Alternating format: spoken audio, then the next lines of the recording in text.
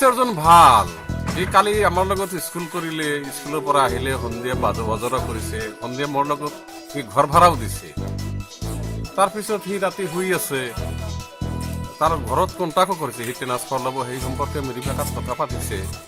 কিন্তু বেলেগ বুজা নাযায়। আমাৰ আৰু এজন শিক্ষক আছিল, কিন্তু তেওঁ যে ট্ৰেন্সফাৰ সেইটো কথা বুজি পাইছে।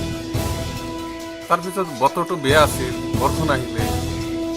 ৰাতিপুৱা যেতিয়া মই অলপ পানবাৰীত গৈছিলোঁ, 7:30 বজাত সিহঁতে ৰেডি হৈ যায় যোৱাৰ কাৰণে, কিন্তু 8টা বাজে সি নুঠে। আমাৰ সেই শিক্ষকজন, আমাৰ ল'ৰা তাক মাতিছে, সি একো নকয়। তাৰপিছত মোবাইল কণ্টেক্ট কৰিছে, ৰিং কৰে কিন্তু নুতুলে। মোক ফোন কৰিলে, মই ক'লোঁ যে না ভালকৈ মাতচোন।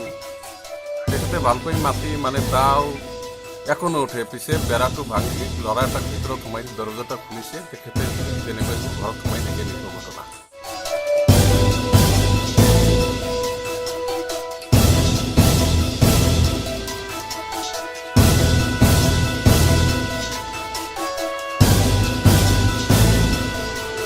আজি বহুত মৰ্মাহত এটা খবৰ ৰাতিপুৱা পালোঁ যে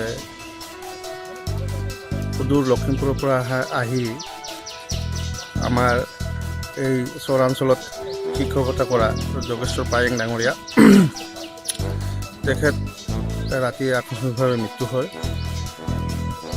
আমি যেতিয়া খবৰটো পাইছিলোঁ হ'ল মৰ্মাহত হৈ গৈছিলোঁ। আৰু তেখেতক যে আমি ভাষাৰে শ্ৰদ্ধাঞ্জলি দিম তাক আমি বুজিব পৰা নাই। কাৰণ তেখেত যেনেকুৱা চৰাঞ্চলত আহি কষ্ট কৰি তেখেতসকলে শিক্ষা দিয়াৰ ক্ষেত্ৰত যি অগ্ৰণী ভূমিকা লৈছে, তাতে আমি শলাগ ল'বলগীয়া। তেখেতৰ যি স্বভাৱ চৰিত্ৰ আমাৰ ভালেই পাইছিলোঁ। আমি তেখেতৰ যি আজি মৃত্যুবৰণ কৰিব লগা হ'ল, আচলতে যিটো আমি আহি দেখা পালোঁ, কিন্তু তেখেতৰ মই ভাবিছোঁ মোৰ ভবা মতে তেখেতৰ বোধহয় হাৰ্ট এটেক হৈছিল। কাৰণ তেখেতে বহি থকা অৱস্থাতেই মৃত্যুবৰণ কৰিব লগা হ'ল।